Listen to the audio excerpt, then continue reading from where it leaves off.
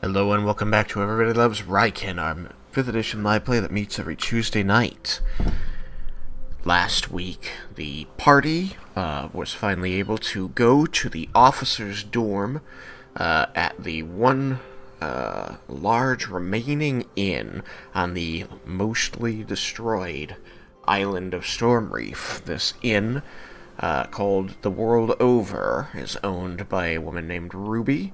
And the party was able to meet her, arrange their rooms.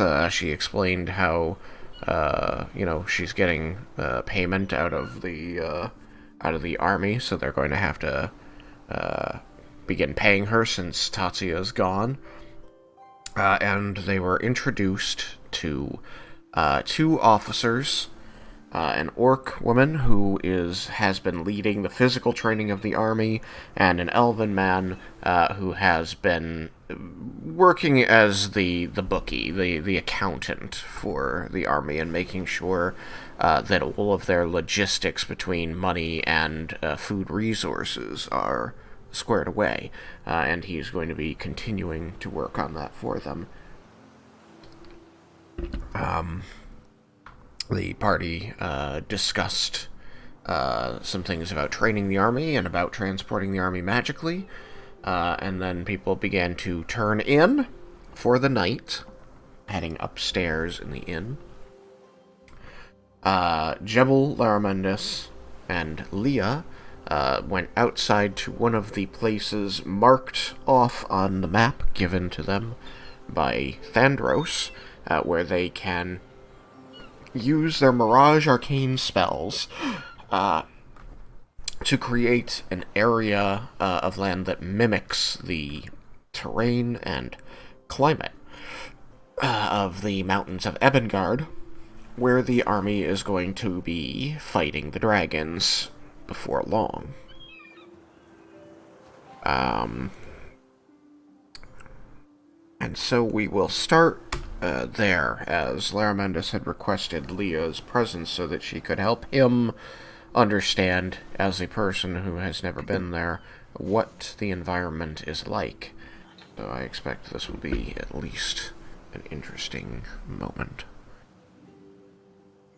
And so, Leah, you are led out by Laramendis and Jebble into the field.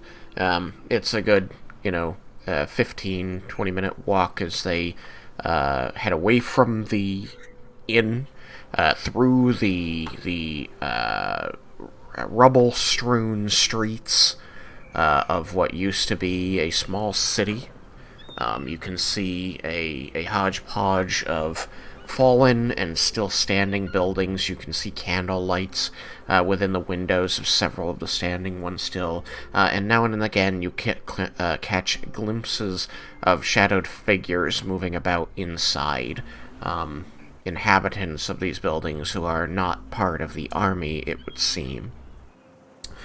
And they spend the 15-20 minutes following their map to get to this area, and also kind of surveying it, moving into it and about it a little bit. It is this large swath of land on the toward the southern shore, where the buildings have kind of receded away or have all been destroyed, and so there is nothing to get in the way of creating whatever it is that Laramendis and Jebble intend to create.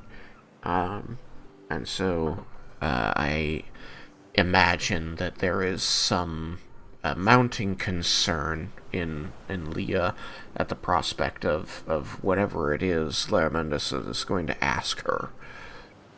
And so without further ado, I will let Laramendis get right into it. Okay. So as we're walking over, I suppose Laramendis will say, as I had said before, I have never made my way up to Ebengard, especially out of character. Watchtower Point? Watchtower Point. Yeah. Watchtower Point, which is where the army is intending to go. Don't remind me. I could certainly make something in line with a perpetual winter area of the Feywild, but I don't know if that would be particularly helpful to people who will be fighting here. So, what I was hoping to glean from you is what the terrain around Watchtower Point is like. If there are any particularly noteworthy features that might be beneficial for people to see and interact with in the time leading up to our departure. Okay. Well, it's a coastal city. With like a big lighthouse towards the end and a big dock area for shipments. There's a lot of trade goods that goes into Watchtower Point. Larmandus is like nodding along as you're describing the area that way. It's cold most of the time. North, there tend to be some ice on the water, and there are some mountains directly north of the city. Is the area itself fairly mountainous, or are they more distant? Listen, how much freedom do you have here? A lot.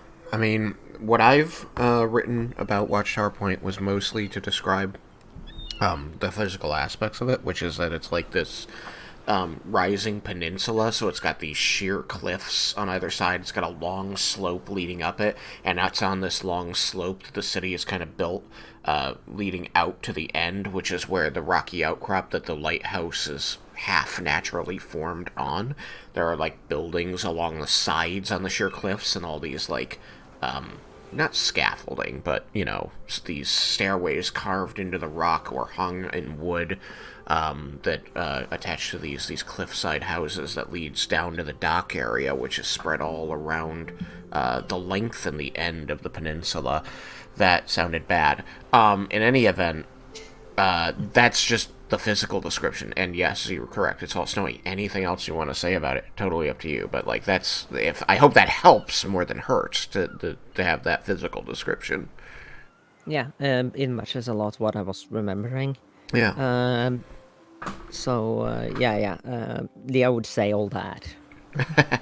But you can feel free to add anything you want, especially anything like how she felt about certain areas, if they were dark or scary or something like that. I mean, she was very young when she was there, but I mean, honestly, you were there until you were at least 12. I don't know how long you were traveling from there before you met up with the party.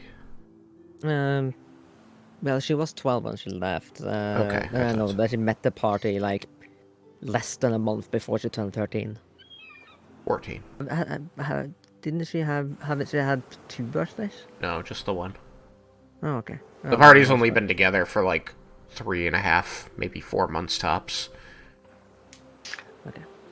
I think they got together. The party got together in like March-ish, and it's now moving into later June, moving toward July. It just doesn't feel like that because we've been going for years. It's been a very long 4 months. It's been a very long 4 months. That 4 months, it feels like 8 years, I guess. Anyway, so yeah, anything you want to add, like that's just what I would give you as a physical description. If you wanted to talk about the water, it's I think I called it the Sea of Storms or something like that. Anyway, the idea is that it's pretty choppy and it's very icy. It's very cold, and so like they only get like a few specific sailors who are willing to brave those waters. So that's why you got to know some of those merchants as well as you did. Yeah. Yeah, she'll spend most time explaining the docks, because that's where she spent most of her time and not in the orphanage. Yeah. So like the docks is like huge. It's like a big part of the city is the docks. So there are lot of big and smaller ships, the docks there, and like a huge place for selling some goods to and from the boats, and obviously large storage areas for larger shipments, which you weren't allowed to be in, but was there anyway. Oh, we lost somebody. These warehouse signs can't stop me. I'm too young to read. Lar, might as well. Could you describe what the snow is like there? I don't. The spell can't create weather, or at least it does not say that it can create weather. But we should be able to create, the terrain of like the feeling of the snow and all of that kind of stuff. He wants to make sure that things feel right as people are walking around. I also think that the way you guys are using it, the fact that you're combining two, and the way Arcane... God damn it. Mirage Arcane is supposed to work, where it kind of literally overlays a new reality. I think that it's fine to have weather within the cube, let's say. Okay. But still, good to get a description of the snow. Sorry to interrupt you, Leah. Yeah. What do you mean snows? Like it's snow. Cold and it's wet. Gets everywhere. I don't know what I would ask specifically to. Is it? Did you throw snowballs? Is it good for packing? Is it dense? Is it light? Is it just cold? Does it snow frequently? Is there a decent amount of snow on top that people interact with, but packed icy bits underneath that might be treacherous for, say, an army walking around with heavy equipment? Leah shrugs. It depends the weather. Sometimes when it's cold, the snow gets hard, but if it's mild, then it's not. What would it be like at this time of year? What time of year is it? Late June. Not might not even be snow there right now. Late June. I mean, compared to real world physics, it shouldn't be snow there. But I don't know how Tristan has thought of that world, whether it's a permafrost area. Oh yeah. The further north in Evangard is permafrost. Yes. Basically the areas south and central, like where Sparathleason was located, is outside of that permafrost line, and so that's why they are like the breadbasket of Evangard. They're the major agricultural force there because they have the most fertile growing lands. Everywhere else is like hard, rocky, frozen, and it is very frequently precipitating, snowing up there. Okay. So, it's... At this time of year, the snow would be... It depends how the weather's been lately. It might be mild, soft. On the top points of the city, there will be more of it. While on the bottom and along the cliff sides, you might not find snow at all because it's been shielded by the mountain and buildings. But it shouldn't be too icy or too solid right now. Jebble, do you have any additional questions about the terrain to be able to cast the spell? We've gone over like the general thing of like, is it icy, snowy, rocky? We've gone over that. Yeah. Then I can't think of anything else that might be relevant. Okay. Let's give this a go. I guess the other thing to decide is, do we want these areas of spell to be adjacent to each other and contiguous, or do we want two distinct zones? Two different areas couldn't be a bad Yeah, considering the town is very different based on whether you're walking up the cliff or are closer to the docks alongside it. But I also don't know. The dragons are big. They would likely be near closer to the top, I assume. The docks might not even be there if they burned it all down. So, I guess question to the voice in the sky. Mm-hmm. Have the dragons set up in Watchtower Point, or have they set up near Watchtower Point, and so Watchtower Point is our staging ground? The thing that you know from what you've been told is that Watchtower Point is contained within the area that is controlled by the dragons. Okay. It is not currently accessible, at least as far as the limited amount of intel you'd received, mostly from Empress Belgrin, indicated. Cool.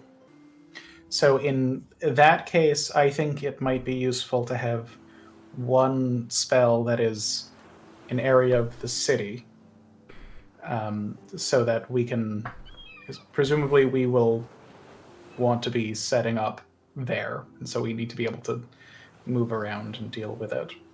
And then one area, one spell that's a more rural area nearby kind of feeling, so that when the army goes to march and fight, maybe possibly in a more wild area, there's a feeling for that kind of thing. Armandus is looking back and forth between the two of you. That sounds good. The thing is, I don't know the state of the city. I don't know how many buildings are still standing, or if there's anyone living still there besides dragons. I don't think we need to be exact about anything. I think the intent is to give them a feeling for what being in that area is like. Lermendus, roll insight. Okay. I am theoretically not garbage at that. And my die would agree with me this time. My insight is... what's the plus? Plus 6? That's a 24. This might be a moment to use your vast knowledge of the world and its inhabitants to give some assurance to this person who lives in that place about the way things might be under dragons. It's a reasonable thing. I suppose. The DC was high. This isn't Laramanda's strong suit. But the die decided that you could read this situation, actually. So, I guess to make sure that I, as a player, understand what you, as the voice in the sky, are getting at. With a red dragon being the one mostly in charge. Yep. So even though we have dragons that are more destructive. Yep, you're already exactly where I would have begun my explanation. Okay, cool. So I'm just going to talk. Go for it. Then, because that seems like the track that you were leaning towards. Yep. So Laramandus will say to Leah, on top of not needing the terrain to be precise, I think it is likely that the town, while possibly having sustained some structural damage, especially to make it less of an accessible port, the people there would most likely be relatively unharmed. We know that Karasoth is the one mostly leading his siblings, and red dragons want to rule. And so I think that it is reasonable to believe that him having established himself before any of the more destructive dragons would have arrived and settling in would not have tolerated any kind of destruction of what he would see as his. I think Got it in I one. think that the people there should be safe, and at least as safe as one could hope to be, being so close to dragons. Being under the protection is a reasonable word of a red dragon does confer some of that safety at the cost of other aspects of Freedoms. security, freedom. Yeah, it doesn't seem to respond. Just Sam, how good is Laramentis at reading emotions and faces? So I mean, he has a +6 in insight. Mm-hmm. He's a reasonably he's studied people and stories for his entire life. Yeah. He is so there are certain areas of things that he's going to be fairly good at picking up. There are other types of things that he is fairly dense to. For example, he did not know that Kalimdar didn't like him. He's known that man for 100 years.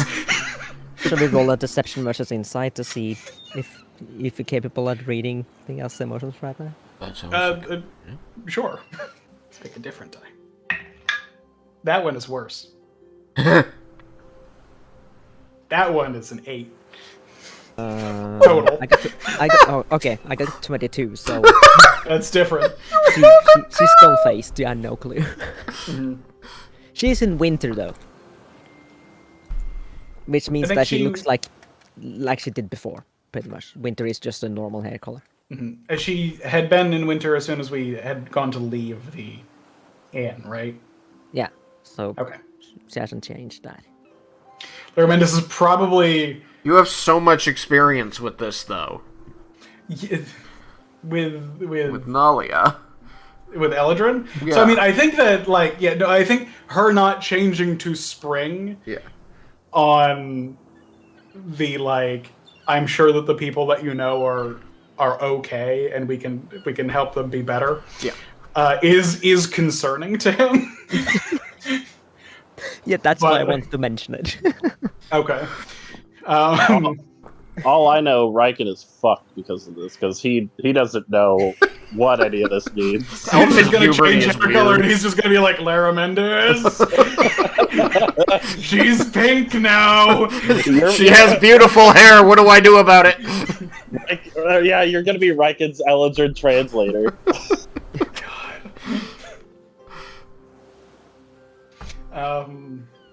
But yeah, so Lara Mendes is concerned that there isn't a change from winter at that moment, especially given how recent the whole Eladrin bit is. So he's assuming that you have less control than somebody else would. I don't think he knows why you're not feeling better, though. Did you ask directly, or you just thinking? I didn't ask.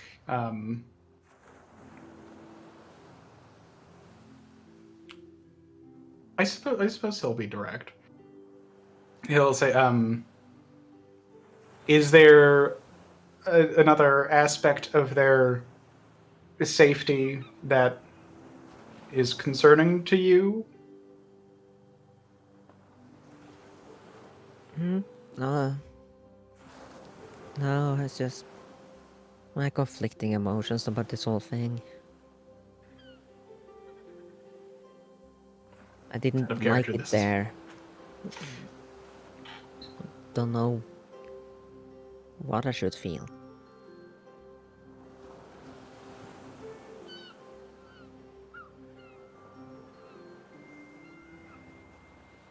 Out of character. This is above Lara Mendes' pay grade.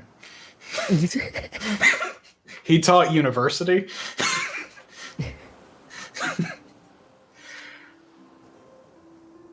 Yeah, child therapy is a completely different thing.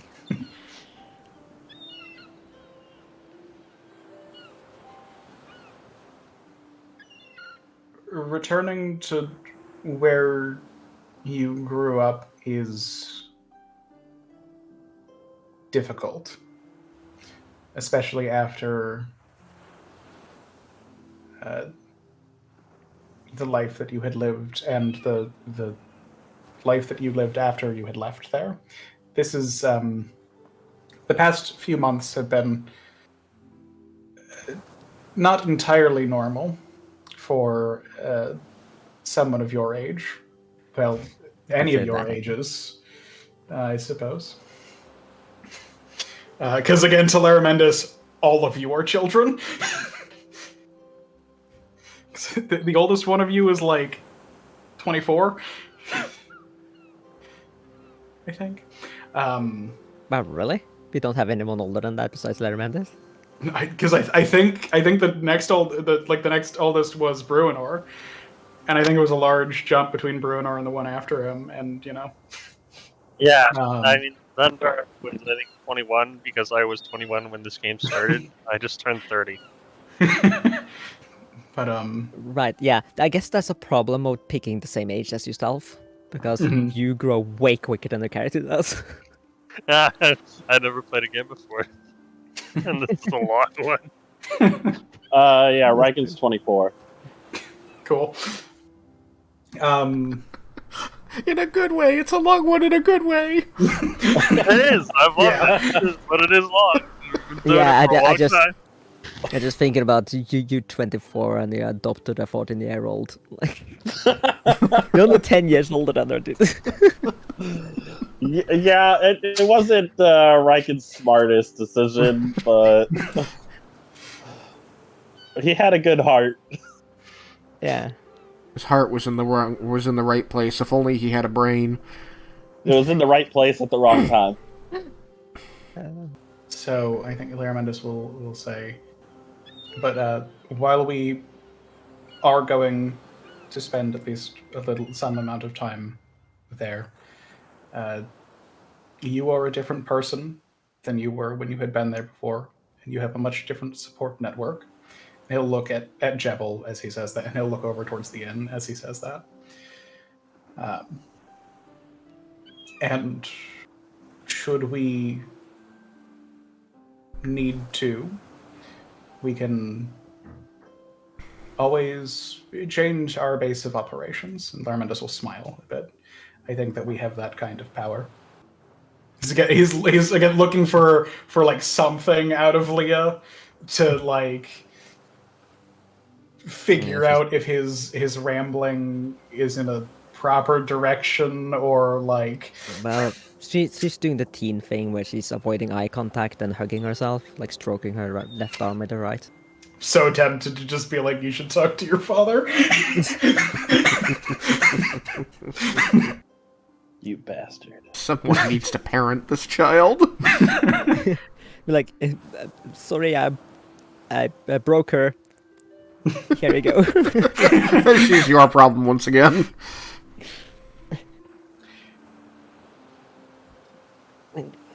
It's fine, Lermander. It's just a lot. And when I left, I didn't think I'd ever come back.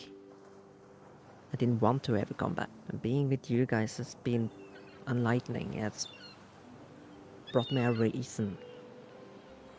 A reason to fight, a reason to live. I'm just afraid of seeing that place again.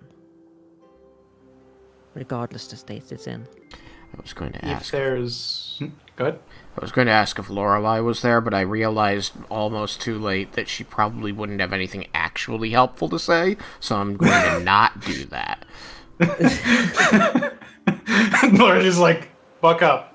It makes Zin said. Who knows if he feels what you're feeling now? Is he sad? I don't know. I was like, wait, I have words of encouragement. Lorelai would not be the one to say them. No, remember, her name is Lorelai J. You're right, it's Lorelai J. Oh, God. I will just say again that you are a different person than you had been when you had lived there. And all of us here are around to talk things through if you need to. And again, if we need to leave Watchtower Point, well, the army's going to need to do that anyway. And we're going to give them more time. So I think that they owe it to us to be able to march away a little faster.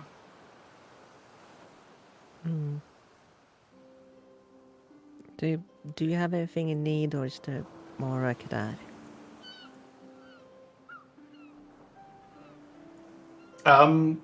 Laramentus needs to take 10 minutes to cast the spell. Has Jebble been casting while the two of us have been talking? No. Okay. It's unfortunate. Because I was kind of Has he hoping just we been, could like, have Leah's leaning on the opinion. stick, just looking at it all and just not doing anything? Lara Mendes, roll a d20. Okay, I can do that. Let's pick a different d20 this time. Do Jebble still have the walking stick? I shouldn't have picked a different d20. Yeah. That was another 2 on my d20. Never mind. You break away from the conversation with Leah to begin casting the spell. The only question that was asked that hasn't been answered, to the best of my knowledge, was from Lara Mendes to Jebble, which was, are we both going to cast contiguously here, or are we going to make 2 non-contiguous spaces for reasons? And Jebble hadn't given an answer, I believe. I didn't know what we were doing with that, because other people chimed in with recommendations that having 2 very different areas might be helpful. Might be. So this is probably a discussion you want to quickly get out of the way before you start casting Lair. When Laramentus was asking, he was asking for people's opinions on the matter. Okay. So, like, did Jebble have opinions? We can have just a fairly different square mile next to this one.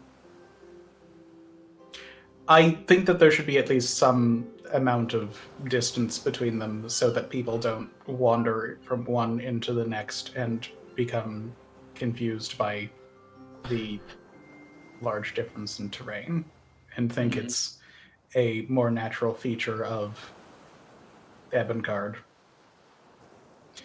I think You're that they can be creating the relatively area close, around- but This is going to be the area around Watchtower Point. That's the name of the... Yes.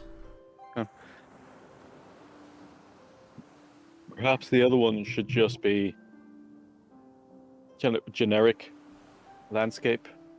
Wait, how far are they marching? Are we going straight to Watchtower Point, or are they going to have to march through some space to get there? we can put them wherever we want to put them. I think that we Yes, are but do putting we them want in to put them Watchtower in? Point. Okay. And then from there, we are going to figure out where we need to march and march. So I think that it is reasonable to have more generic wilderness.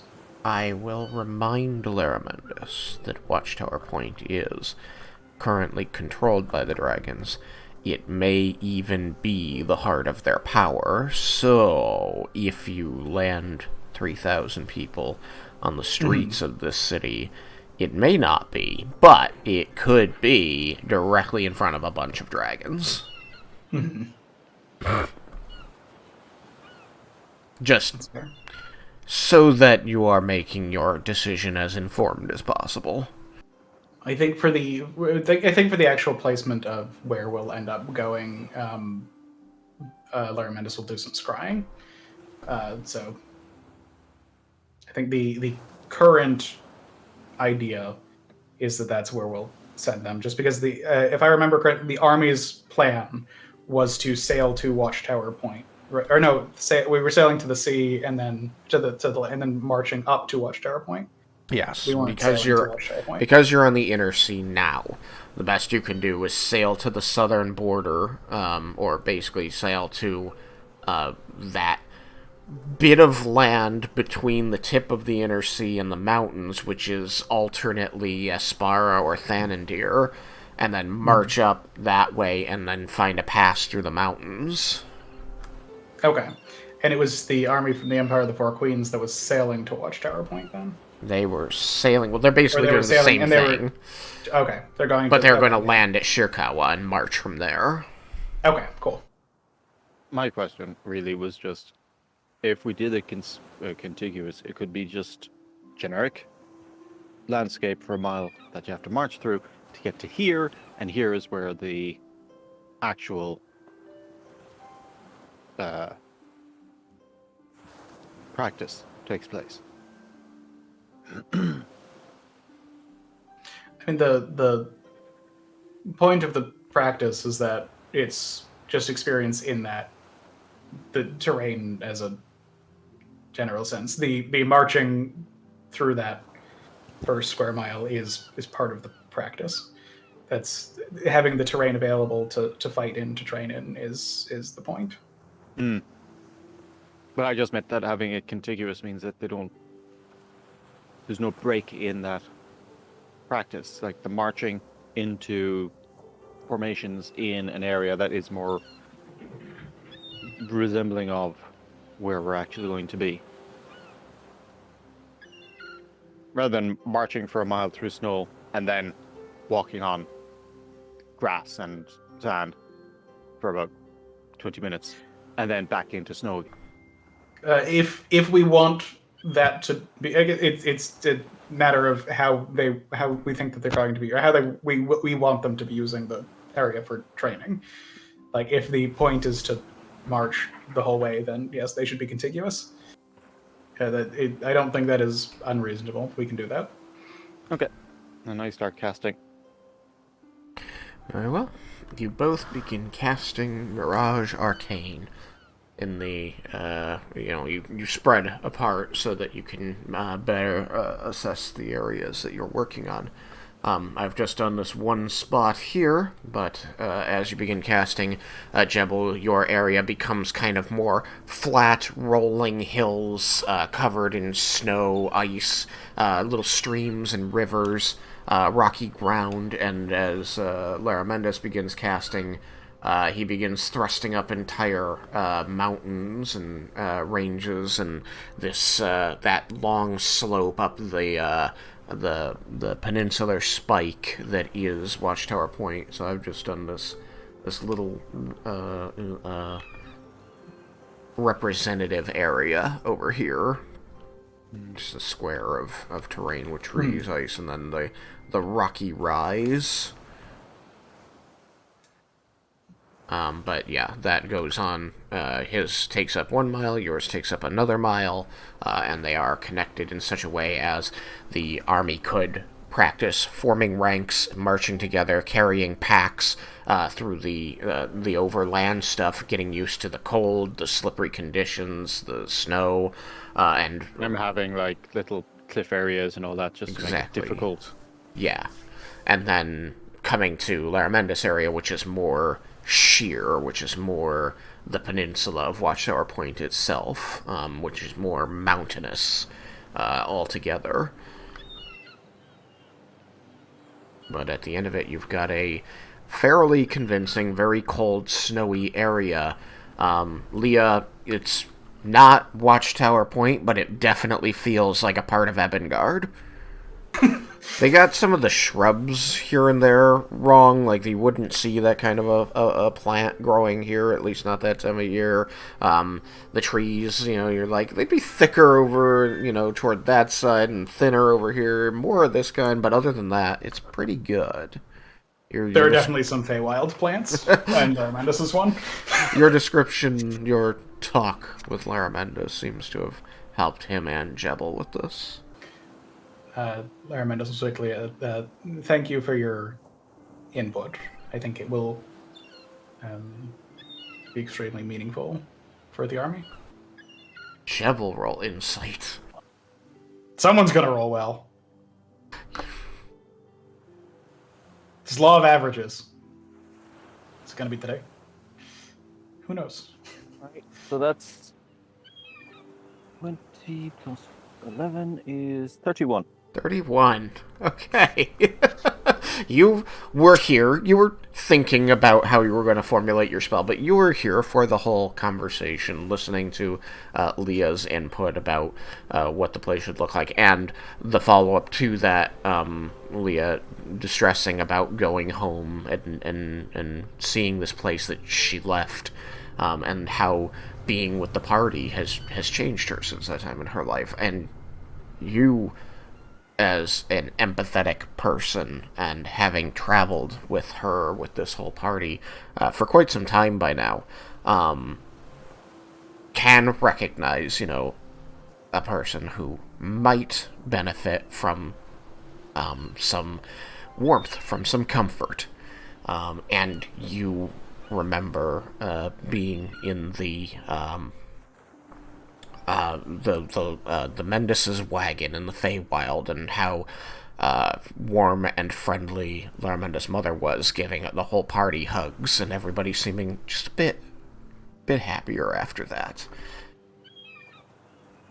Your insight tells you maybe now is a time to offer that kind of a thing. A hug. Possibly. I will tap Laramendus on the shoulder with the staff and just kind of like push him in towards the thing. Give a hug. Out of character. I did not expect that to be the reaction to an insight saying this person needs a hug. Just pushing the other person there. No one can see the DM over here beside himself. At Jebble's whisper, Laramendus will ask if Leah wants a hug or would like a hug. She looks hesitant and then she nods. Laramendus will hug Leah.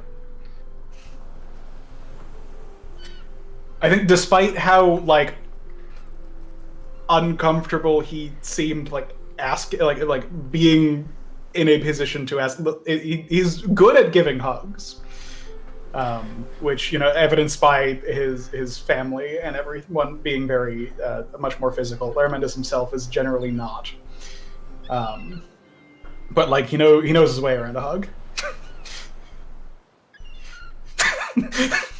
There was only one gift for that situation.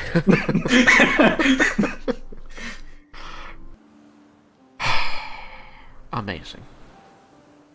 And I think with the hug, Laramendus is going to make sure that Leah's turned away from the Ebengard area, so that when we go to move, she doesn't need to look at it anymore. Yeah, in that case, she want to return back to the others. Very good. With your spells complete, knowing that these will remain here for, what was it, 10 days?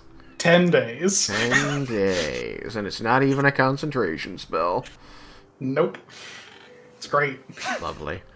You have the ability to set things up as a high-powered spellcaster, then you can do terrible things to people approaching your tower. Gosh.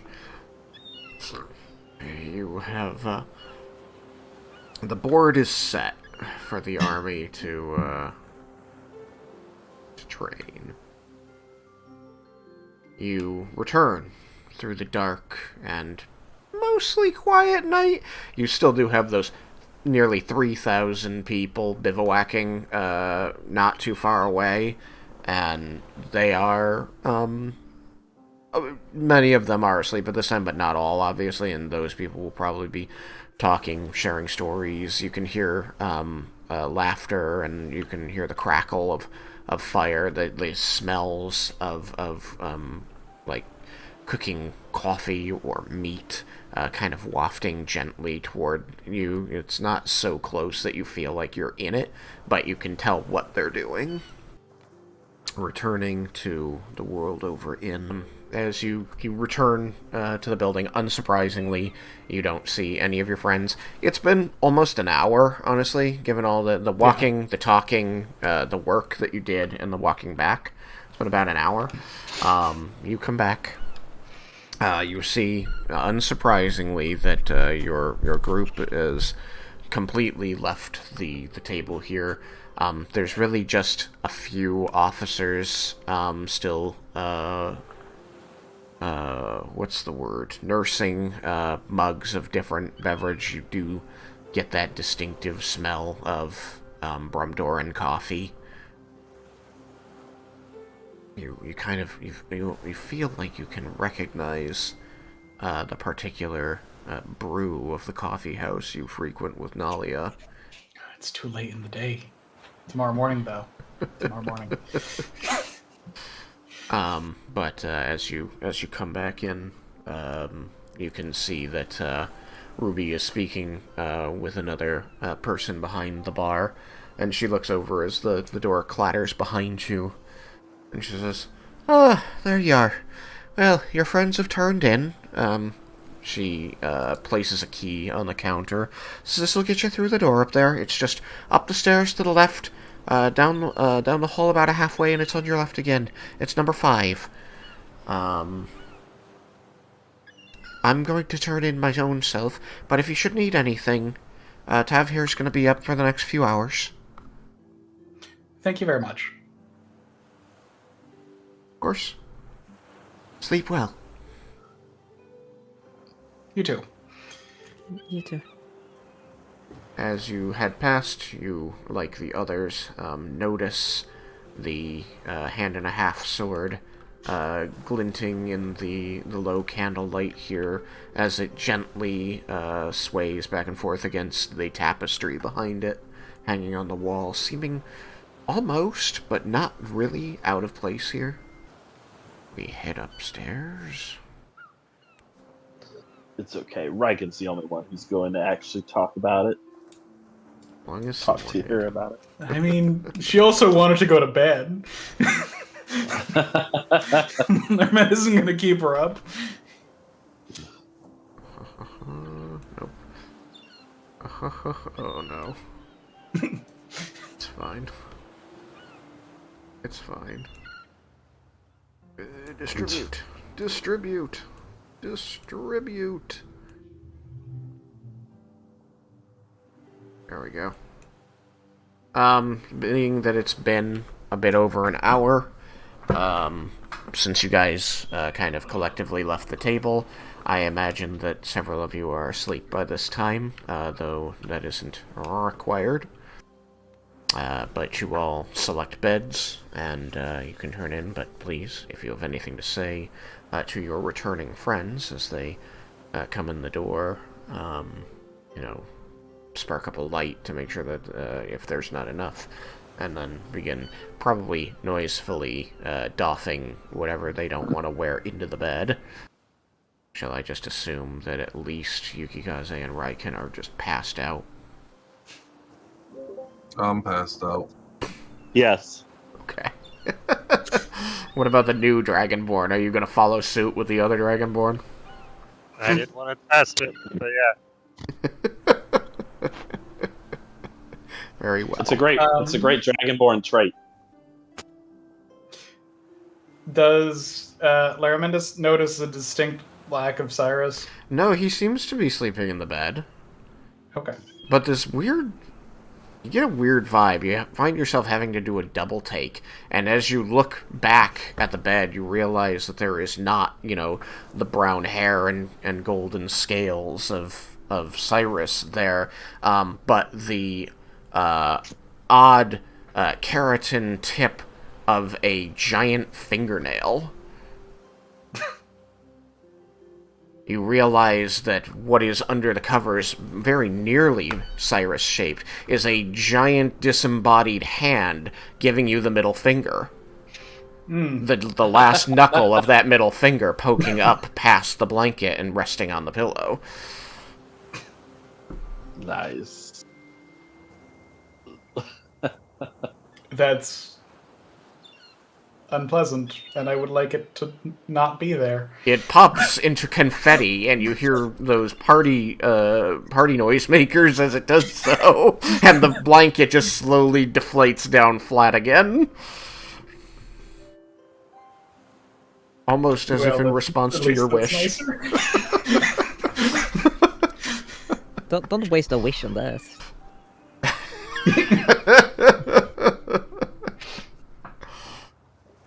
The confetti seems to remain, however. Raiken does not wake up with the noisemakers.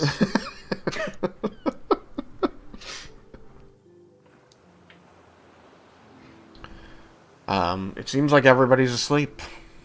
And Cyrus is gone. Okay.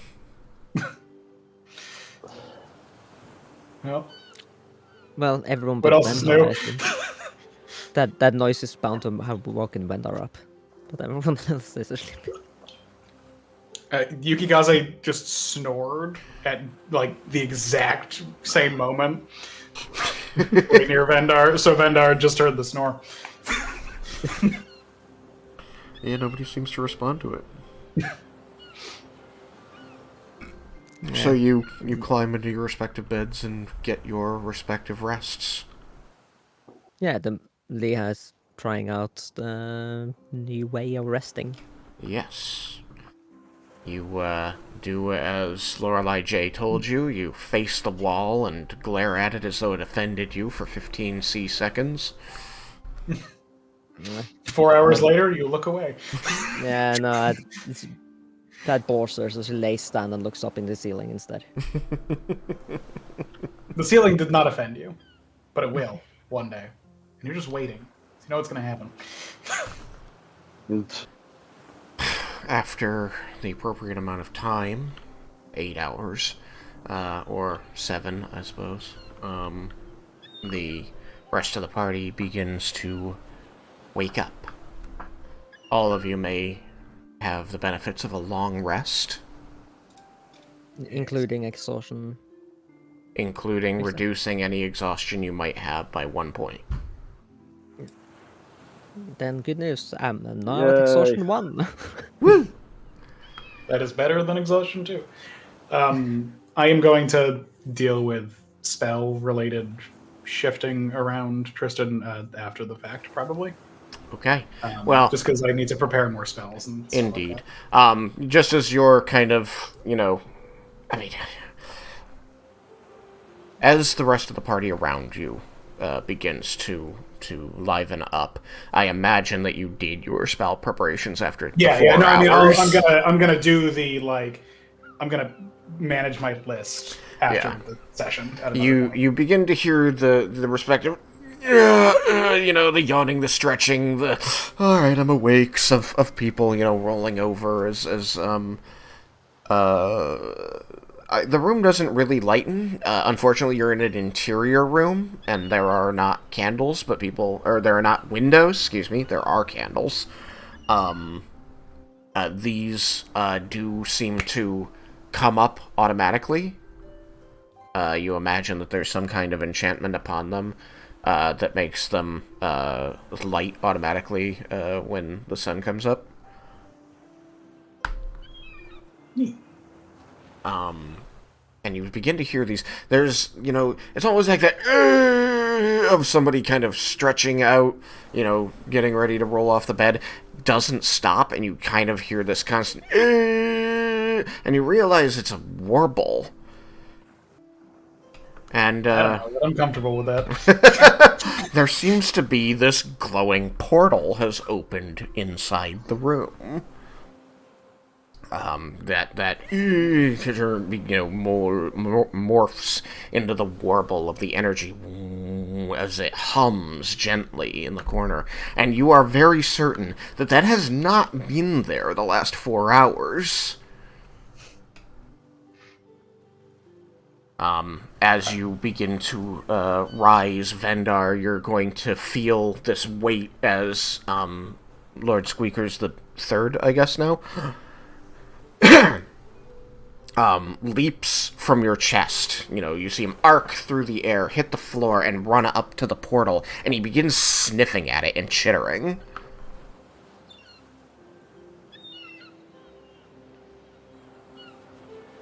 Where'd the portal come from? That's an excellent question. Can I make an Arcana check? You may. Okay. Let's use this die. That is 26. 26. I'm rolling very poorly today. Other than that first, the 18 right off the bat, it was like, and fuck you for the rest of the time. The portal doesn't resemble one that any of the spells you've used to this point creates. At least, it doesn't seem to your recollection. Like, it almost looks like a gate spell, but it's too small. And it hasn't been... Nobody seems to have been named. Nobody's been pulled into it. Yeah. Cyrus Bed is still just covered in confetti. But, given your 26 in Arcana, you get a distinct feeling that the vibe check of this portal is divine.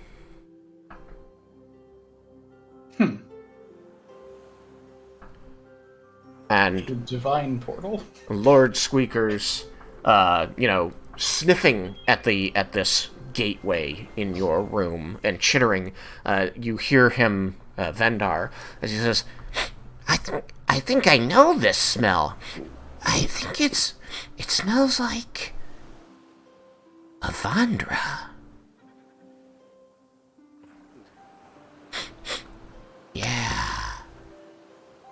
The open road and sea at once. He's gonna, jump back, into your lap as you sit on the edge of the bed there, Vendar, and he's gonna, stand up on his hind legs and just, place his forepaws against your chest so that he's, sniffing at your chin, and he goes, yeah, no doubt about it. Avandra.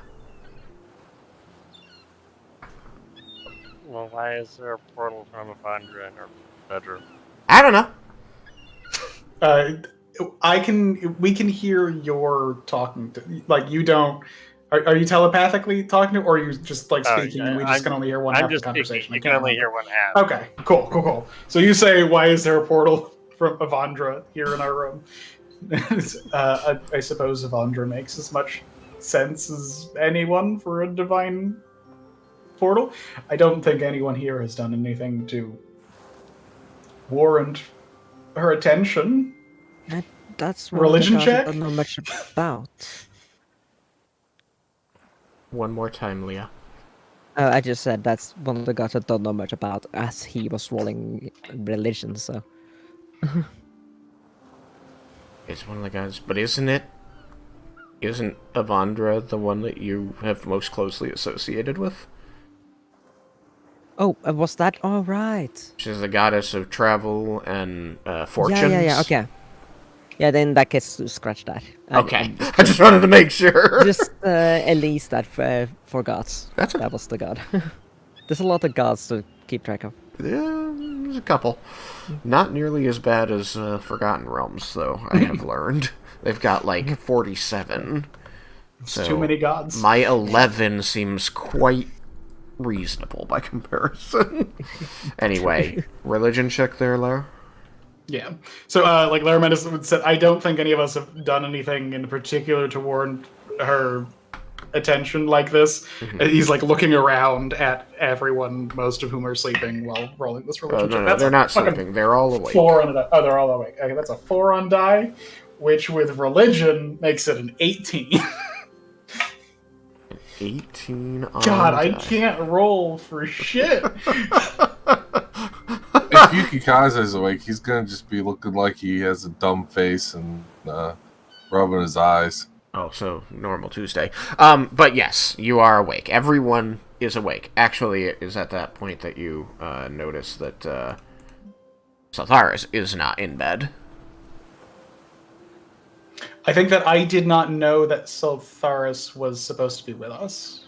Yes. Was she in bed when I came in? Yes, and given that you trance, Okay. you actually would have seen her walk out while it was still dark outside. Okay, cool.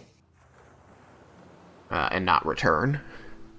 Right, so yes, everyone here is awake. You know that while it has been not a lot,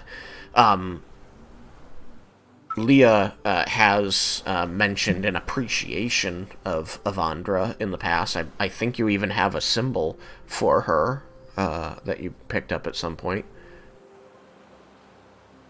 Yeah. When people Oh, were it's choosing so long since we gods. talked about this, though, so I don't Huh?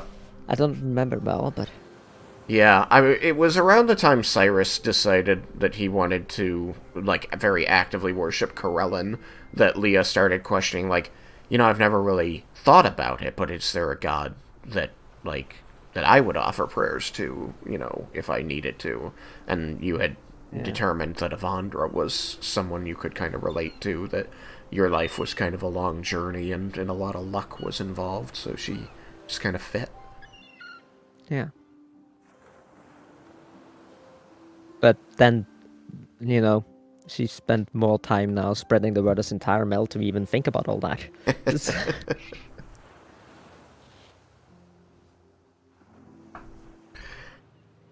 Well, in any event, you know those things about Avandra, Sam. Okay. So I think when Laramentis makes that comment about I don't know if any of us have done anything in particular to warrant this kind of attention from her, as he's looking around, he like looks at everyone and then he looks back at Leah, and like there's a question in his statement about that. Basically, did anyone do anything to warrant this kind of attention that we should know about? As he stops again on Leah and is like looking at her.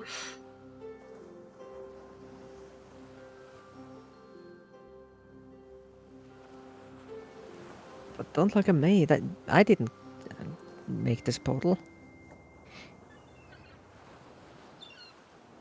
Squeakers, being a divine creation given to Vendar, is going to say, well, I don't spend most of my time with Avandra, but I don't think she'd send a portal like this if she didn't want you to go through it. This is an invitation. he's going to turn back at it, and you see his nose kind of working.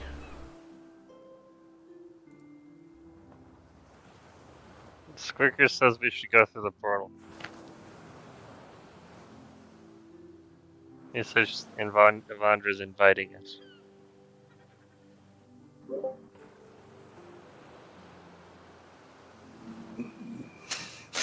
I think Laramentis doesn't look pleased. Yeah, I don't know if that's a good idea in their current situation. But it's a good idea to piss off a god. True. I do think that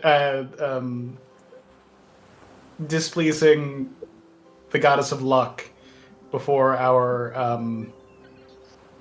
encroaching endeavor is likely not advisable. Yeah, maybe she can help us. Well, I would quickly send the Thandros, or leave some indication what's going on to Thandros before we just end up and go. Because I don't know if... Well, it's not gonna be like the Feywild where time's gonna be different, and we might be in trouble. I do not know that we should all go.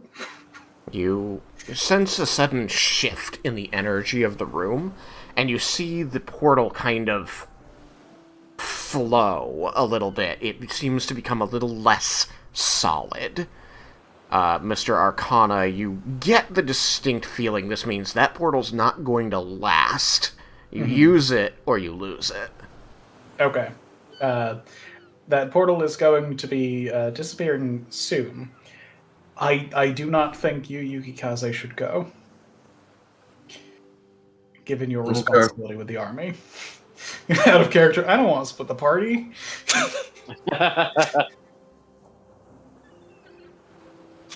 But I agree that displeasing Avandra is likely not in our best interest. Alright, well, I'm gonna go to the portal. Who's coming with me? You're just gonna jump through a portal just like that? It could be a trap. I'll go with you, Vendar. Oh, bother. I trust Squeakers. I don't think Avandra would send a trap for us. Yeah, Avandra's chill. She wouldn't trap us. Probably. I guess I'm gonna have to go too. I was waiting for that problem. My father can't make up his promise to protect me if it disappears into Avandra's portal. But there might be stuff in Avandra's portal, so I'm trying to protect you from anything coming out of it. I tap the portal with my staff. You've tapped the portal with your staff. The moment your staff comes in contact with it, you are pulled through, and Whoop. Jebble disappears. Well, with that, Vendar will step through too. Whee! So is it just Yukikaze that stay behind? I guess so. I think that Laramander should stay with Yukikaze since I have the best chance of getting any of you back here. Well, I mean, I do too. With It depends. So, like, you have an easy way of, you have a potential way of getting back. Laramander has quicker methods, fair. and we want people on both ends to be able to move people. I assume you put your armor on Raiken and go after your friends? Oh, of course. There is magical girl cutscene happening. And Leah's changed to summer, so her hair is teal. Alright, you last three, who's going? I think Leah said that she was going. Oh yeah, I'm going right by Raiken.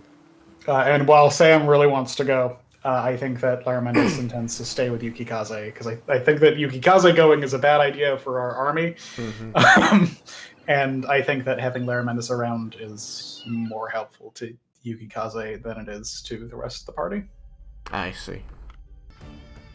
Alright, so the technically 6 of you step through the portal. Six if I include Squeakers and Lorelei. And one by one, boof, boof, boof, boof, you appear on this ragged, jagged piece of rock that seems to be floating through a vast field of stars, surrounded in all dimensions by other floating pieces of rock of different size. Leah, you unfortunately are immediately drawn mentally back to that time where you were lost in the field of colored stars, and there's everywhere around you. So unfortunately, I'm going to need to ask you to make a Constitution saving throw for composure. And the DC is 14. And you have my bonus. And you have Raiken's bonus, so +3. That's 12. No, 22. 22. Yes. So 22 makes it. So you feel these claws at the edges of your mind as the stars glisten brightly all around you. The field purples, blues, and greens of nebulae, of these astral winds around you. The stone, just this this tiny vessel carrying you through the stars, and you are reminded of that loss of self, that other place your mind went during that time in the Underdark. But you're able to center yourself, almost like your new training about the meditation. Learning to meditate last night has given you a great ability to focus your mind and push those thoughts back down. This is a field of stars, and there is the edges of terror around it, but through the middle, you can see focus. You know who you are and where you need to be. The rest of you, as I said, you see this field of floating stone in a field of stars, in an expanse of stars. And you see... there you go. You can see these winged creatures. They seem like hooded, cloaked, armored angels that seem to be flying from stone to stone away from you as the portal disappears behind you and you are effectively stuck here in this place, this strange place among the stars. One of them turns back, seeming to notice you, and you hear a raspy, rattling voice issue from the cloak, and the others all stop and turn to look back, drawing weapons.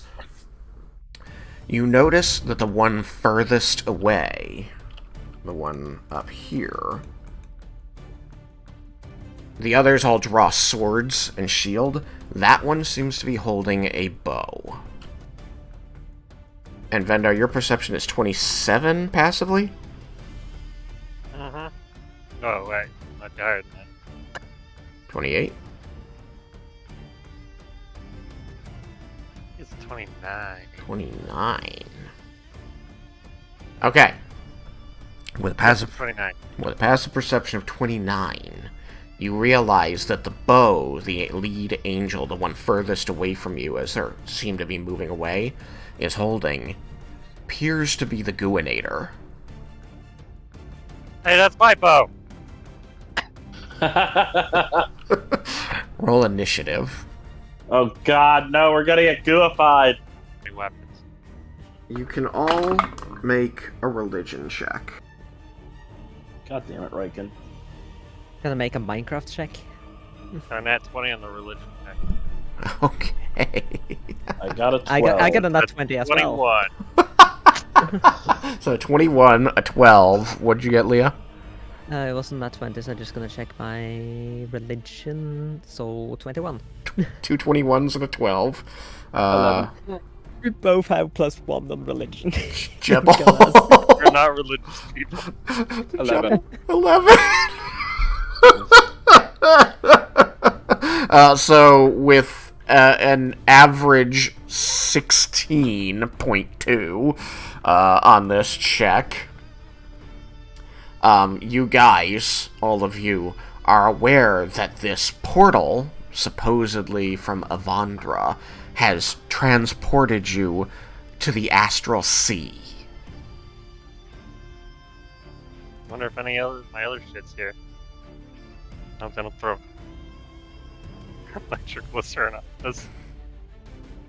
You are aware that the things that seem to be getting ready to fight you appear to be angels, but Raiken, you know that whatever they were speaking, it was not celestial.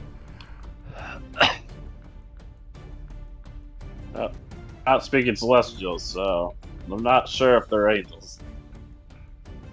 Normally angels are gonna speak celestial. So we need to be wary.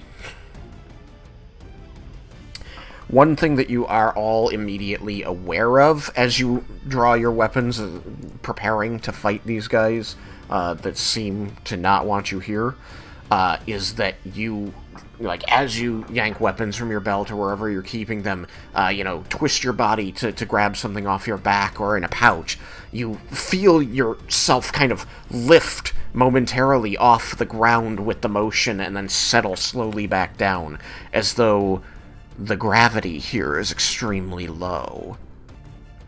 That's strange. You feel like probably you would not be hurt greatly by long falls, and more to the point, you could probably take much longer jumps than you can normally achieve. That's a good way to say we can jump to all the rocks. You can jump to the other rocks. Basically, you can use a jump during your movement to hit any rock adjacent to the one you're on, even vertically, and it will only use 5 feet of your movement. Goodness, they're far away. Yes. People with ranged attacks and teleportation are going to have a bit of an edge still. Yeah, but I can't see their true forms, so I can't tell if they're transformed or concealed. Ah, very good. Initiative. Round 1. Fight. Paste. Oops, I don't need the word initiative up there. May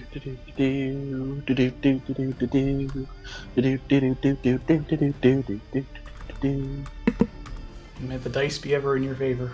Oh, are you here? I am The back. Guile theme fits everything. Okay. Then cool. We get to just do this. Zoop. And hide. As you watch your compatriots march through the portal and the last one disappears, you sit there for a few seconds, determined in your decision and looking upon Yukikaze, who sits on the bed looking uneasy, and all of a sudden there is a brilliant flash of light that seems to blind you, and as you rub the sparkles out of your eyes, you find that you are stood here next to Yukikaze, who is fully armored all of a sudden, and you are stood upon this rocky, uneven ground, looking at the backs of your allies, who have all drawn weapons, and out ahead of them across a vast starscape, you can see these floating spits of rock upon which these large angelic creatures stand. What's your passive perception, Laramendus? My passive perception is 16. 16. I actually need to roll this. Okay. You can see that all of these angelic creatures spread up on these different rocky formations around you have turned toward the group. They're facing the group, and they seem to be drawing melee weapons, except for the one furthest out, who appears to be holding a bow, a ranged weapon to attack you with. But they do seem set on attacking you. Unfortunate. You can see that your allies have drawn weapons in preparation for a fight, and Vendar looks agitated. Larabendus, Yukikaze. What? Do we notice that they're here? No. Yeah, there's like a little poof, poof, noise behind you that draws your attention. What are you two doing here? You said you were going to wait. Better question, what did We you intended do? to. You see that, Laramentus? It's got my bow! You may still get guillotinated after all! That does make the wish simpler. To be fair, Sam, I had this planned before you guys came up with your wish. Yeah, no, I think that isn't an entirely reasonable thing to do. And then us just trying to be smartasses. Hey, at least this way you might not have to blow up part of the world or yourselves. Like, it was probably not a populated part of the world.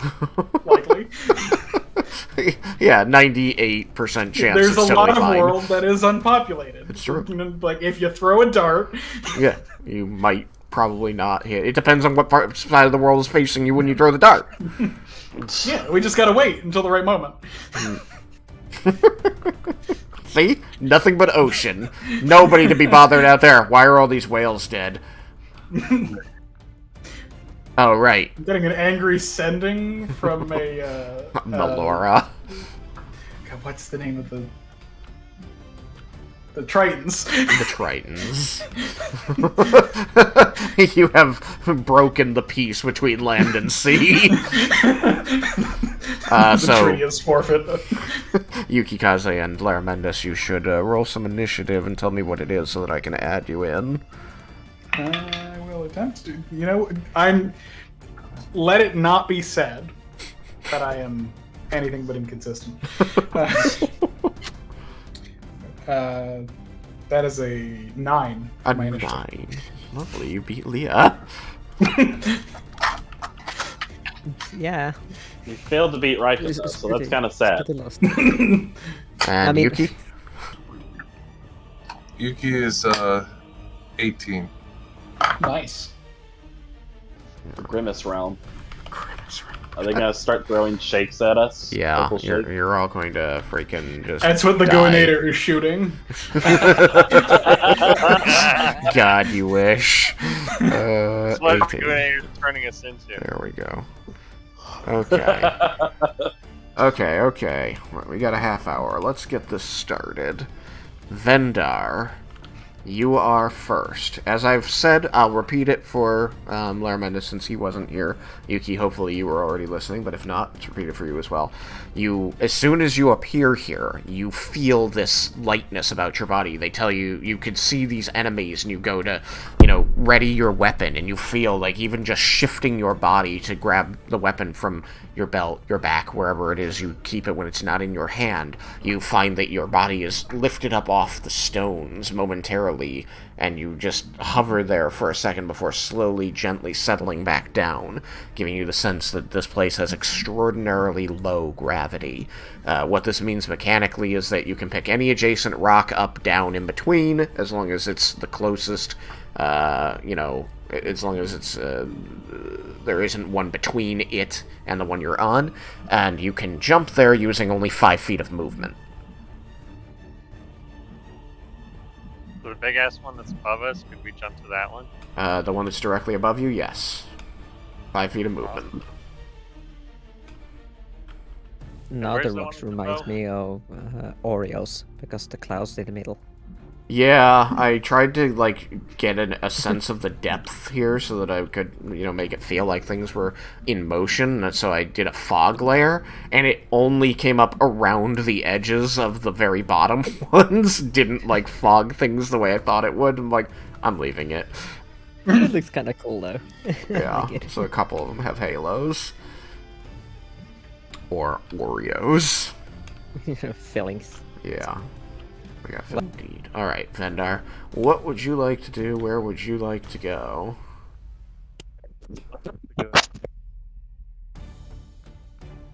I didn't catch that. Where's the Guinator? The Guinator, let's see if I can spotlight, is on this guy. The one furthest away, straight ahead. Not all the guys are showing up for me, so there's no one there. Oh yeah, we can't Okay. see a person there. That's fine. That's I can- draw I distance, can but you can see see the spotlight. Yeah. The spotlight is where that person is. So that's where you want to get to. And how far away is that? Let's find out. Zoop. Oh, that's not so bad at all. It's only 300 feet away from you as the crow flies. Shootable. I guess I have a light crossbow. What's the? That's right, you don't have the Guinator anymore. I don't even have a bow. That's not good. Would you not have picked up a bow, requisitioned one from the army? I suppose I could have. I probably have a new musket and pistol because of that. So I suppose I could have a short bow too, just a regular short bow. Yeah, you could have a non-magic short bow, or I believe you have melee weapons, and you can just do some island hopping. Either way. Yeah, God. I could use the dagger that I have as my other melee weapon for destroyed. Oh my god. Vendar meleeing? Holy shit. I mean, Done it before. he might want Once, some... twice. Once or twice. It doesn't happen often. In 8 years, once or twice. I pull the sword out every now and then. Yeah, you know that most of the monsters you fight, especially recently, the more powerful you've gotten, the more powerful enemies you've come up against, more frequently than not, they are resistant or immune to non-magical weapons. So you don't. I don't know, you check religion, what you had a 21 in religion, so yeah, you know that angels, at least, are resistant to non-magical attacks. Quote-unquote angels But I have that, no way to make my ranged magic, so... they're not using Anyway, celestial. the first thing I want to do is cast Greater Invisibility on myself. Okay, you activate your armor's ability. And I hope it does something, because it very well might not.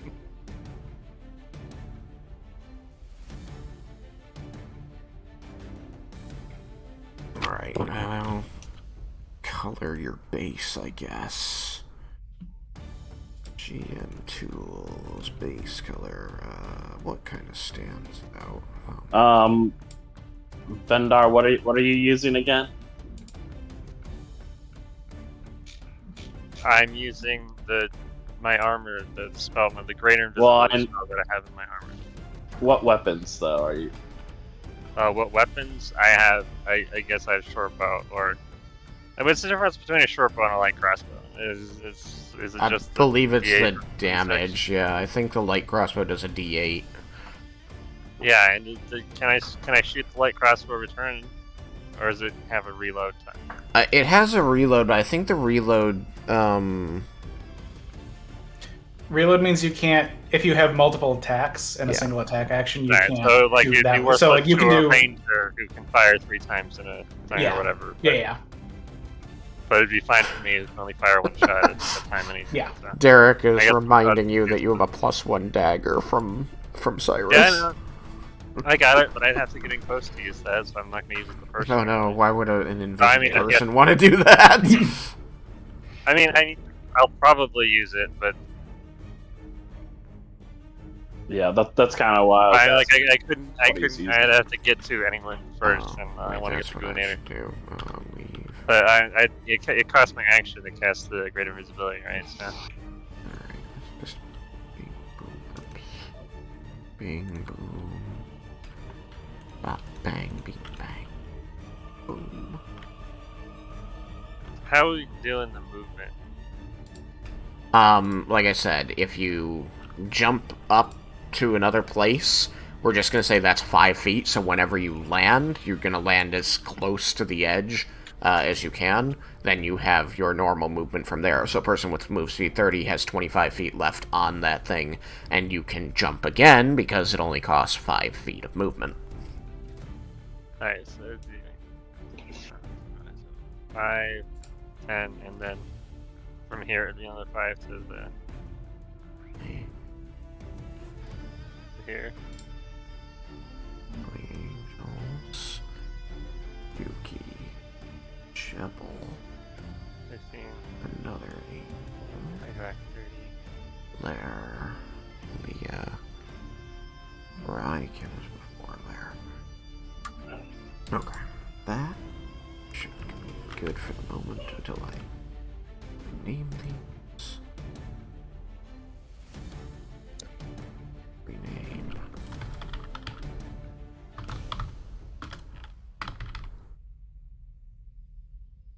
Rename.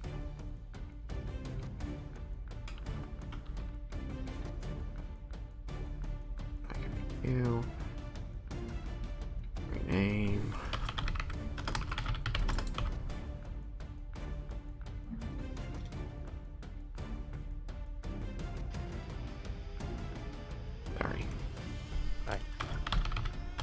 So with my boots, I have 45 base speed, right? I Because think it was that's correct. half. It was 5 feet for half of proficiency. I Right, picked so your proficiency is 6, so it what gives you an extra 50 is. 15 feet, so 30 you would have 45, yeah.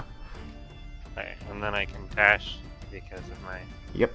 You Being a can rogue. bonus action dash, you can full action dash, so you can do 90 That- or you it- can it do costs an 135. action- It costs an action to make my spell, doesn't it? Oh, yeah, so you can bonus action dash and give yourself 90 move speed.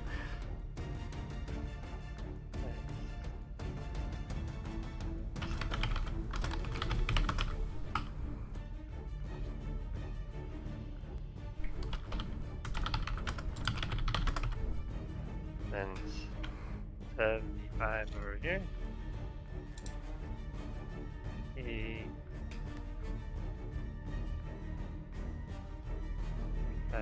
Okay, there.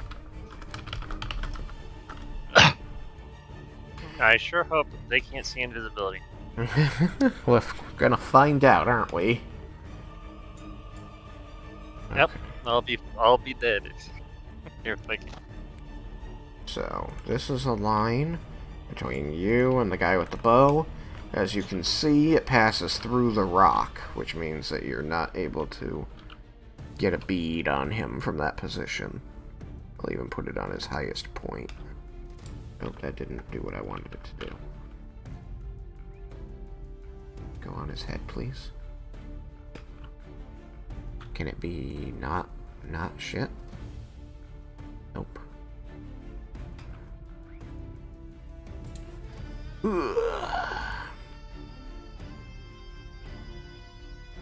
There we go. Yeah. So even on what is basically his highest point, it still passes through the rock.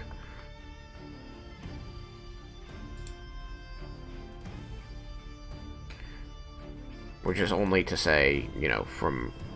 I know you can't attack this round, but this position isn't able to attack the guy.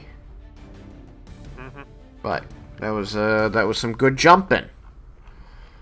You made it up 2 rocks. Alright, moving on. Lorelei. She can fly, Yes, she can. so she don't need to jump. She doesn't.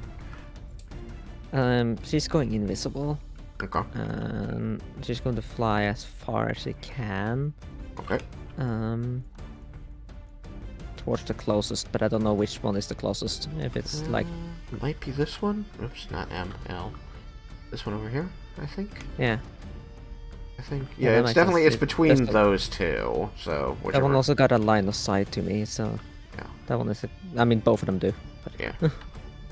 yeah, she fly against that one then. I don't know if I can. I don't think I can do a glow thing. All right, let me do a give her a fly. Oh no, she is flying. Okay, never mind. Yeah. Uh, So what's her if range? with double move, she can fly 80 feet. 80 feet. All right. Can she double move though? Because turning invisible. Is that an action, or is that free? Let's see. I think invisibility is one of her actions.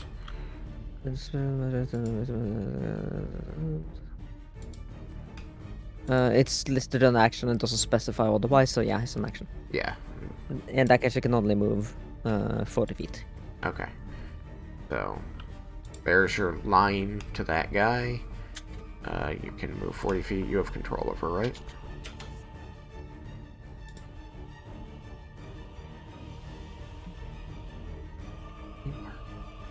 Guinator have her. Oh. Okay, cool. I can just leave that line up. Neat. Ah. So, are you able to move, Lorelei? Yeah, but it's a bit tricky in this space. I mean, she's flying, so if you wanted to move her straight toward that guy, she should just move straight toward him. Yeah, have you marked out? Like, you haven't marked out 40 feet. No, I haven't. Do you And that's not? the thing, I don't know. Okay, here. Can you see when I'm moving her? Yeah, that's it, yeah. Okay. 40 It's just feet. that I struggle a little bit with like verticality and such when it's like. Yeah, I guess. I didn't change her verticality at all. I just left her on flying, which means it'll keep her at that altitude unless I actively change her. Okay. Gooinator. Well, that's what it says. I put them in the wrong order. Oop. Oop. There we go. Bing, bing, bing. There we go. Melee Angels. Alright, so this one's going to... move.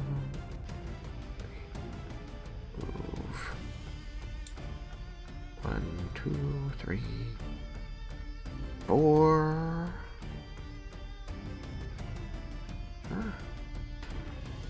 What's their move speed? I can fly 90. That was 20. 5, 30. Good gosh, this is a little hard. Alright, you know what? Start here. Just fly. Whee. There. It flies 90 feet toward you. It doesn't get to anyone, but it flies another 90.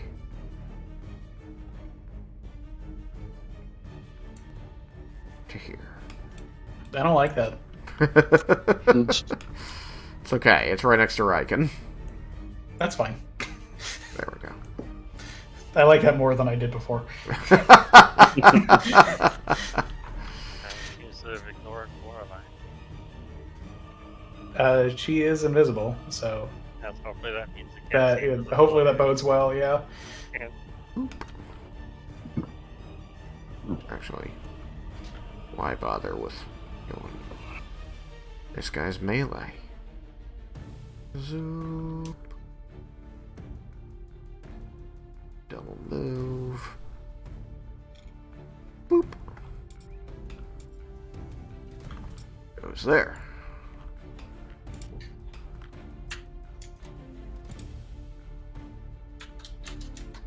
Boop.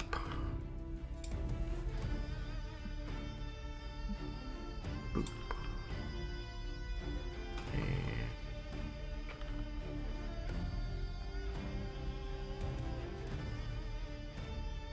180 puts him here. Lie. Zoop. There we go. Okay. That, I think, is all of the melee guys. Yukikaze.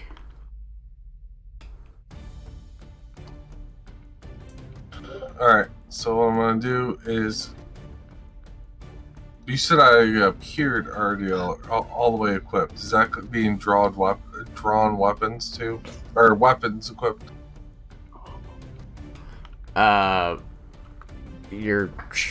If you want the shield on your arm, it would be there. Yeah, weapons equipped too. Well, would everything be sheathed and like I was ready to combat, not actually drawn? I was just ruling that people pulled their weapons during the initiative roll because you could see this fight coming. You had time to do it.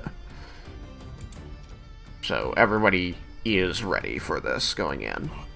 Well, I remember me and Larry Mendes came in shortly after. I remember. It's okay. You have your weapon and shield drawn. Alright, so I'm gonna activate the armor's wings and go into hover mode and attack one straight at. Alright. much bigger. Attack him. Leah, you have True Sight, right? That you were trying to use earlier? My app broke again. I don't know what's going on with Hellspire, but it keeps like breaking on me. Yeah. But you said you were trying to see the true form of things, but they were too far away? Oh yeah, no, it's like it's a passive thing. Right. So there's now guys right next to you, so you can see true forms. Yeah, it's which site. So Which you can site? see true forms of any shape changer or creature concealed by illusion or transportation magic, Mm-hmm. while the creature is within 30 feet. Okay. So as it was flying at you, it appeared like an armored angel, like gold and silver plating, with this blue-black hood, with a weapon, a sword and shield in its hand. As it gets closer, you see this image just sort of melt away, and what you see are these long tattered black robes and skeletal hands gripping sides with these like bird wings with no feathers, just all like torn flesh and exposed bone protruding from their backs. You can see like this ominous red glow from inside the tattered black hood where the eyes should be. Yeah, that's not scary at all.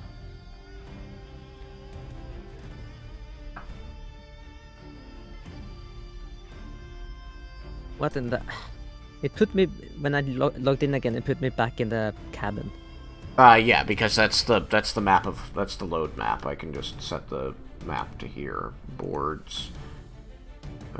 Astral Dream. There. Now it will automatically bring people when they join the program to the dream. To the Astral Sea, excuse me.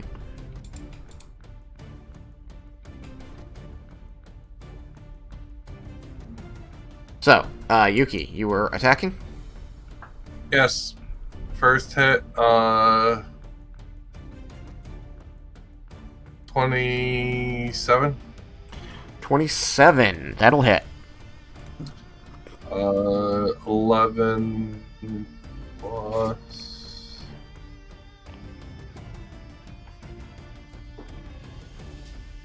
19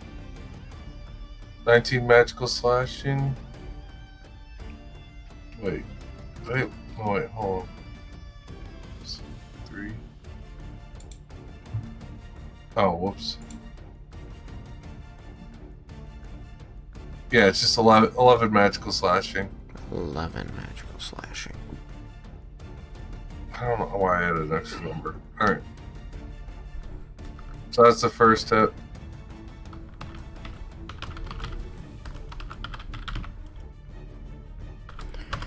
Okay, 1 second.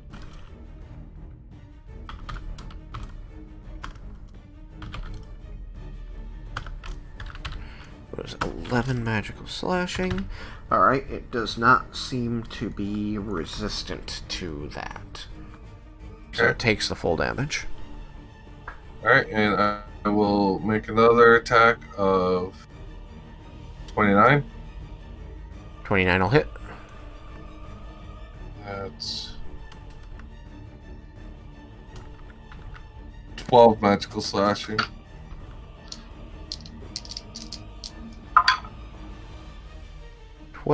Magical slashing. And my last swing is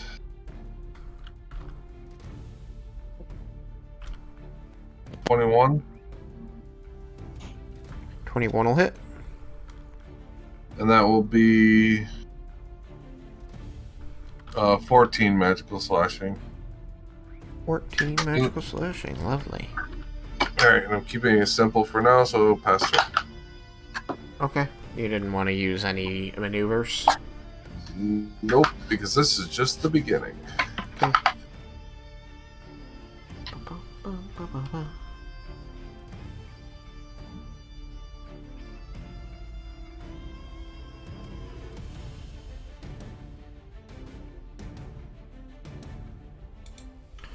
Let's see here.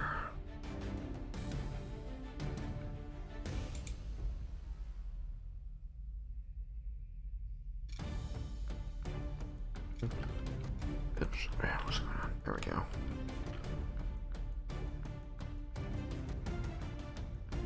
Yeah, okay. Then Jebble.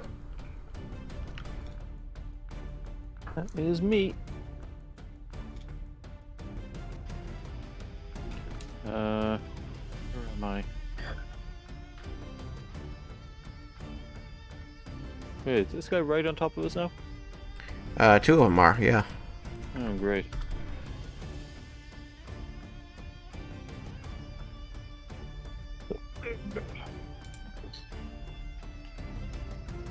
What do I want to do? What do you want to do? Let me just check something.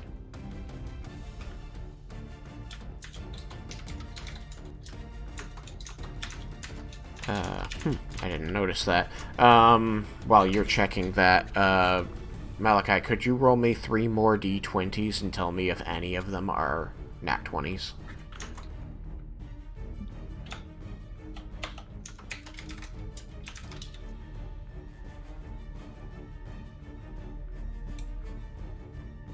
Wait, who'd you say that to?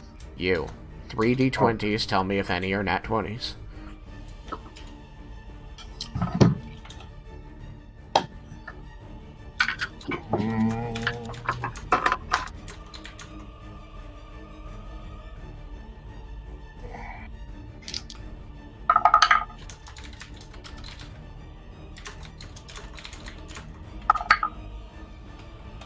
Nope. Okay. Jebble, you find what you were looking for? Yep. Okay. Wait, no. Wait. That is me. That is me, is it? No, that's... What's his face? That's Raiken. Where am I? Oh, so, you're under the angel. You are, in fact, squeezing right now. Yeah, no, it's just hard to see. It's very dark. Yeah. Well, that's why I went to the, That's me. That's why I went to the isolated red, because it kind of helped lessen how harsh the shadows are. Oh, okay then.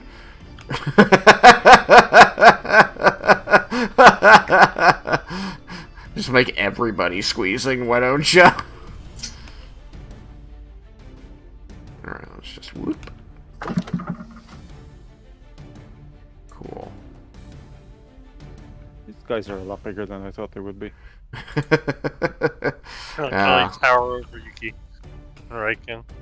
Yeah, it's because I made them large creatures, but they're already tall models, so they look like even bigger when you make them large. Anyway, yeah, so, yeah, everybody gets to be squeezing now. Both Angels, Leah, Jebble, and Raiken are all squeezing now. You're all fighting for space on this rock. Huh? Do they attack when they arrive? No, they double moved to get to you. But they are aggressive. I can tell that they are.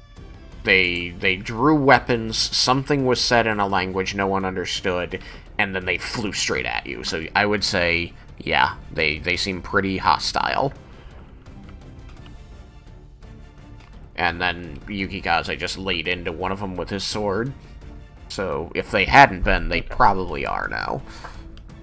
Alright, well then, this one here, I'm going to attack. Okay. The one that I was squeezing. Yes, but it's also squeezing, so I think that cancels out, because I think it puts you at disadvantage to attack, but it puts it as granting advantage, so I think you're at normal to hit it. Does that sound correct? Did I remember that rule correctly? I don't think about squeezing frequently, so that seems reasonable, but... Squeezing. I'm a ranged character for a reason. Oh, goodness. Making me do my own work when I'm already doing other work. I'm looking it up. If I can spell squeeze right. You'd think you'd be able to. You're Nalia's main squeeze. D&D Beyond's searching is garbage, so let's just go to the... They didn't index squeezing. Look for movement.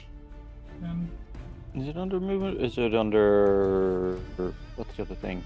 Jesus Christ, get rid of that. Squeezing into a smaller space. A creature can squeeze into a space that is large enough for a creature one size smaller than it. Thus, a large creature can squeeze into a vast distance Well, while squeezing through a space, a creature must spend 1 extra foot for every foot it moves, and it has disadvantage on attack rolls and dexterity saving throws. Attack rolls against the creature have advantage while it's in the smaller space. So yeah. Yeah, good enough. So yeah, you're at normal to attack him while you are both squeezing. Okay. I'm still not in that's a the crit. right map, by the way. I'm still in the What? Oh, cabin. gosh. Sorry. Players, summon. Ow. Are you here now? Yeah, it loaded. There, just to confuse everybody.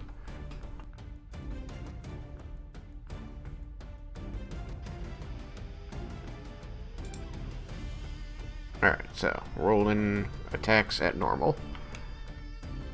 And are you attacking the one over here or the one between you and Yuki? I believe it's the one between myself and Yuki Kaze. The one that I was on top of. her. Okay. Yep. Where's my note?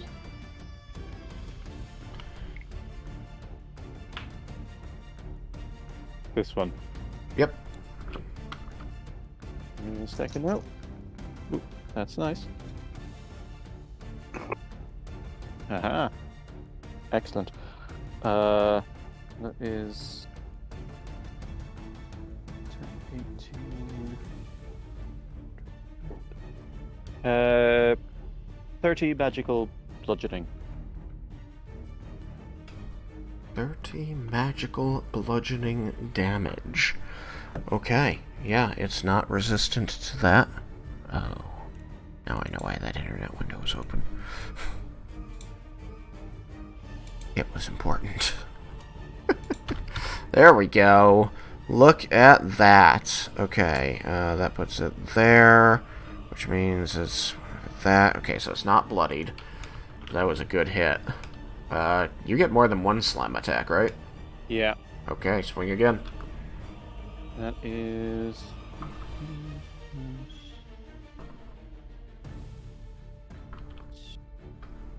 is 21. 21 to hit. 21 a hit. Did Jebble wild shit? Jebble Yeah. wild shaped into an earth elemental. Okay, on my screen he's still just Jebble. What? Why is it not updating for people today? That's 20. 20 That magical is squirrely. bludgeoning. 20 bludgeoning. Brings it up to this, which means it is now bloody. Base color red. Oh, that was even better in isolate reds. Okay. Pretty well there. That was, that second attack was an 8 and a 7 on die. Yeah. As you level up, things get easier to hit. Your damage doesn't increase as much anymore. That's what I've noticed. The damage die. Oh, yeah, that I was a rolled good 2 hit. d8s. One was an 8, one was a 7. All right then, never mind. Great First roll. attack was Nice. a crit, and that was 2 8s, a 7, and a 2. Okay, yeah, you're Oh. getting beastie. All right, anything else for your turn? Nope, that's it. All right, I think probably just to keep the time, I'll run this turn and we'll just start with Raiken next time. You like being first, Raiken? What? I'm the new Yuki Kaze? Yeah. Nuki Should have rolled Kaze. better.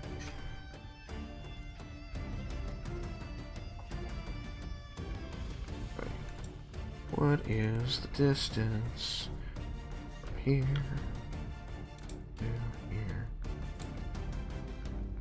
Oh, that's well within range. All right, how many of you are there? Oh, Raiken's there. No, he's not. Yeah, he is. He's right there. He's being blocked by 2 giant dudes. That's fair. And Leah's granting advantage because she got squeezed by the stone golem there. The earth elemental. So... And previously I hope you got Jebble good of con. elemental. Your No. going to see a glint, a gleam, a glow of magic in the distance as this apparent angel, hoists Vendar's bow, which seems to be sized properly for it, oddly, draws it back to its eye, takes aim at you, Leah, and releases. No. Don't shoot Leah, shoot at Raiken now, instead. That's all you Raiken's talk. not being blocked, shoot him. Don't want to have to revive. Okay, well, with advantage, it rolled double 19s, so I think it's gonna hit. God damn it.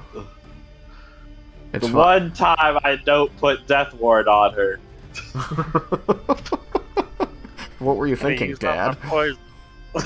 Yeah, Dad. Hey, it wasn't a crit. It rolled two 19s. Neither of those is a crit, one less. Do these things crit on a Nah, 19? but no unless. None of them is a crit. But what if they crit on a 19? Nah, there's no such thing as failure. Oops, wait, this is the wrong sheet. This one. I just like how it's named the Guinator Haver. How else would you know that it has the Guinator? So what you need to do is disarming strike it so it can be the not Guinator ever. Just rename it. Well, hopefully it will be dead soon, and then I will be the coordinator. Yeah, okay. Oh yeah, that activates my shield, but it doesn't do shit. Because the shield it gives me the AC of 18, and so it's beating them with dice alone, so... Unfortunate. Okay. This is this. It's only 12d6 points. One of these. Hey, Yukikaze, you were holding a magic bowstring, right? Which one was it? Yeah, the fire one was on the book. I think I was holding on to the ice because he didn't want to give up the fire, and I thought something else. He also wanted to keep the lightning. Yeah, I kept the fire and lightning. He had the ice, and I think Cyrus had the silence. Cyrus had the silence? It's on a hand crossbow. It might be on a hand crossbow he gave me, actually. The reason why I also was okay with taking the ice is I was thinking I could only use my breath attack once in my pendant, even with my pendant, so having more ice wouldn't hurt. I see. Okay, Leah. This might hurt. That's gonna be 17 points of lightning damage.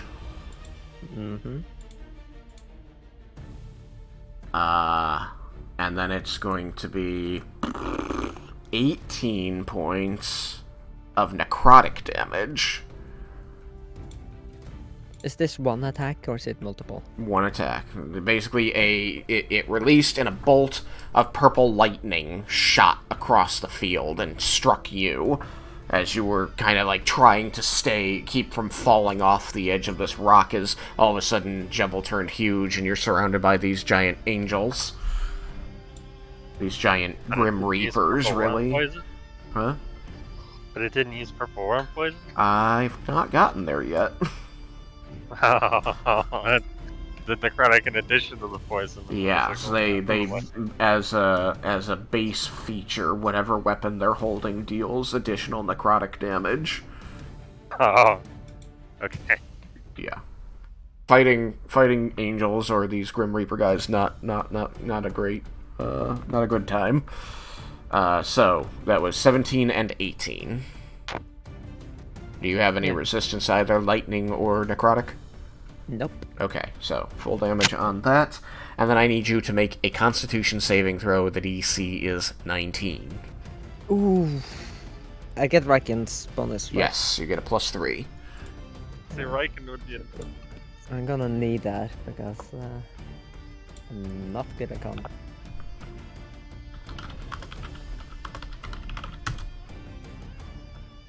Don't you have I'm gonna use inspiration. Don't you have the parry out? The periaptic proof against poison? Yeah. And then you have Doesn't that make you abilities that are immune to poison? Is this poison? This is Yes, poison. for warm poison. Oh yeah, I am. I'm immune to poison. Okay! Lucky And being you. poisoned. You're just like your dad. You can't keep doing it. So I didn't know it was poison. okay, but, no, that's fine. So no matter what you roll on this con save, you take no damage from the poison. You feel like the poison like spreading from where this bolt of lightning struck you, and then you immediately like see the little green skull pendant that Paulina gave you begins to glow a brilliant purple, and like it seems to like fill up like with liquid on the inside almost, and it like glows and flashes, and then it appears green again, like it drew the poison into itself and then neutralized it. Fun fact: Leah was immune to poison before Raiken. Yes. Yeah. Yeah, she was. She got the Though, periaptic I mean, against poison from Paulina. Yeah. It's the pendant, but she's never taken it off. She sleeps with the thing. So. There's what I you mean- should. Yeah, Raiken's only immune to poison because of his belt. Yeah, I guess. Yeah. So it's a similar case, but I assume Raiken takes off his belt sometimes. I thought Raiken was immune to I don't poison. know. Okay. So, So, Thing with the paladin. yeah. As a last note, after Leah gets struck with this attack, but is immune to the poison, so it is not nearly as devastating as it could have been, though. Still a pretty hard hit. You're going to hear this rasping, clacking, retching-sounding voice echo among them like they're sending a message between them, like conversing about something, but you do not know what they're saying. None of you is aware what language they're speaking. It doesn't sound like anything you've heard before. It is reminiscent, I would say, Lair, of Sylvan in the way that it's just an amalgam of natural sounds, as natural as decaying bodies can make. But beyond that, you don't know what it is. It's uncomfortable. Yeah, and that is where we will end for this week. Yeah. One more thing though. Yep. Because it's a reaction. Yep. Misty escape. Misty escape. Yeah. Okay. So she teleports to that rock I marked. Okay, there. I'll allow that. Pew. And goes invisible because Yep. that's part of the spell. I will color your base with that bright purple that is hopefully good and noticeable. It was either that or Eldritch Blast, but I figured not Eldritch Blast. What is it called again? You're thinking of Hellish Rebuke. Eldritch Rebuke, yeah. But I figured this is more useful because then I don't have to balance on the rock. Yeah. No, I'm already out of You're not squeezing anymore. It's everything's coming up, Leah. Liak. Yeah, especially and it also helps that Misty Escape is up to 60 feet, while Phase Step is only 30. Yeah. So I couldn't have Phase Stepped out of there, but I could Misty Escape out of there. So the attack kind of helped me. Well, there you go. So I would probably be able to jump there, but whatever. Okay. Alright, so, you guys woke up from your long rest. There was a portal. You were encouraged to step through it by Lord Squeakers, and the fact that it was supposedly sent by Avandra. It seemed like it was going to disappear if you didn't make the decision quickly, so people jumped in. Even the people who wanted to stay behind seemed to get pulled in against their will. And you ended up in a fight against these strange angels, one of whom appears to have the Gooinator. So, interesting stuff all around. Let us see where it goes next time on Everybody Loves Raiken. Bye, stream. Goodbye. I'll have to answer Derek's questions later.